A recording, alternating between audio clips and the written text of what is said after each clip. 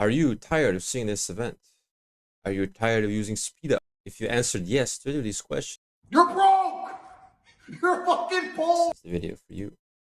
I'm going to show you how to do this event without using a single minute of speed ups, and you can probably effectively get to at least 15 to 1800 points. So let's begin. Last Mobilization is an event that lasts for 7 days, and in order to make it count, you need to complete the quest and turn them in set time. And the best quests are by far the farming quests, but sometimes people forget to turn them in, because if you take a bigger quest like this, which requires 2, maybe even 3 dispatch queues, sometimes people forget or do not make it in time. In order to prevent this, when you set out your marches to gather, for example, level 5, you have to see how long does it take to actually gather it. I think an average takes like an hour in outside of KVK, but in KVK it varies, especially if you're mining level 8 or even level 9 nodes. So you can see here it takes about an hour and a half to complete.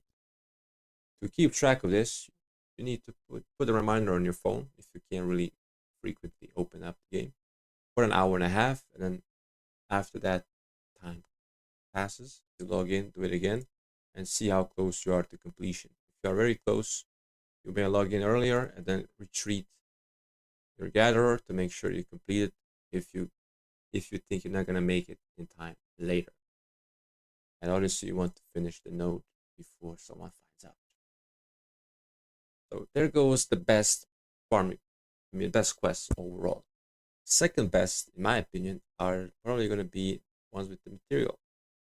The material usage is kind of versatile because it's not bound to one specific action. You can craft an item, you can refine it, or you can awaken it, as long as it takes enough materials to do so.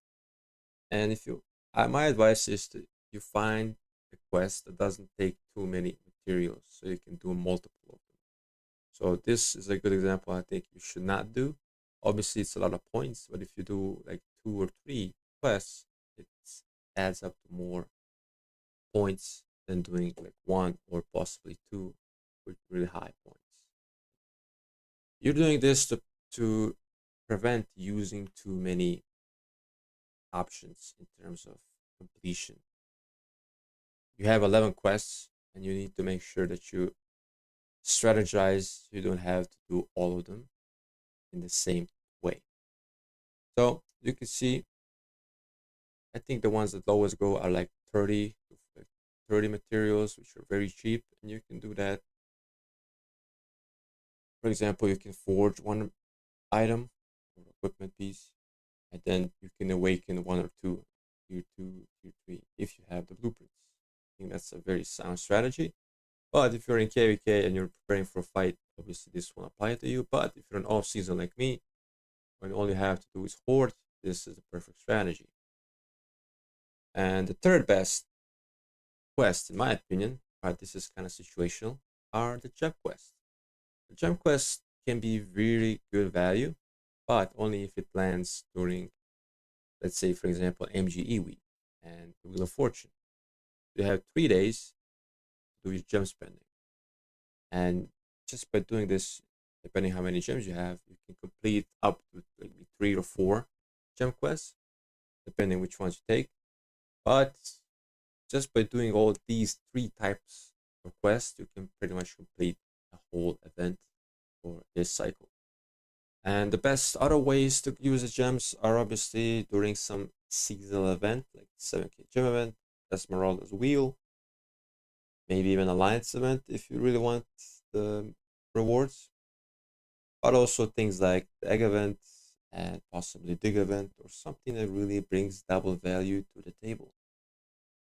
And also, I advise you, if you're having a gem quest, that you purchase your 11th quest, so it goes hand in hand, like I said, double value. And those are the 3 best. And there are some couple ones, like for example this one. Obviously, it's not a lot of points, and usually it's done early in the morning. You can do it, but it's very low in terms of points. But it can be done if you don't have anything else to do. Other ones include, I think, Sunset Canyon wins, I think 6 or 7. You can easily manipulate this by attacking like a very low farm or something. So it's not that hard to do. Other ones that are worthwhile mentions, I would say like maybe gold key openings, because if you're an older player like me, you haven't much uses for gold keys anymore. So that's probably the best use for them as an older player. And the rest are actually, there is one more which is kind of situational, and that is spending individual credits.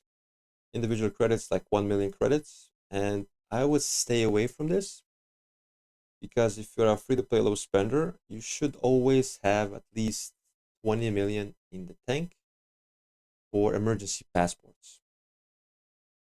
Because you never know what happens in the kingdom. One day it might be fine, and the next it's something's very wrong. And this is the only way to get passports is free to play. So you have to be buying them from the Lions shop, and usually those take a big chunk, at least if I remember 21 million for me to migrate with below 65 million power, if I remember correctly. And obviously restocking any type of items is taking away from the Alliance credits, which are very, very worthwhile, especially if you're not in a very, very active kingdom. Every Alliance credit counts, and you should not really take away from that because it affects the whole KVK and the whole kingdom. Now, the quest I don't really recommend that you take outside of KVK include killing barbarians. I think like 200, 300, 400 barbarians. That's a lot of AP that is not well spent in outside of KVK. In KVK, I think that's a good quest. A little bit time consuming, but if you use 5 marches, it goes by fast. Next up is attacking forts. Like, shame I can't show you right now. Because the same principle, like you want to do forts in off season, but not at the cost of using AP. You want to use it the region AP. And then I think the last one is like alliance hubs. And if you're not in a really young or active kingdom in the off season, I would not recommend it. But in KVK, in especially in the first day or 2 or 3, when everyone is upgrading everything, you can get away with using those quests because everyone's just pressing help all the time. So you can get it done in pretty much maybe an hour or two. It is crazy hectic.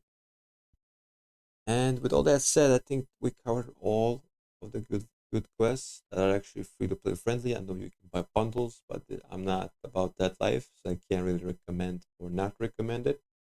And the rest includes spending speed ups in either building or training, and we don't want to do that because it adds up quickly. And also, if you're upgrading to tier 5, it also inflates your power, so it might affect you during your KVK and possibly your KVK requirements. So with all that said, I hope you guys enjoyed the video, learned something new, and if you guys did, consider liking the video, subscribing, and I will see you in the next one.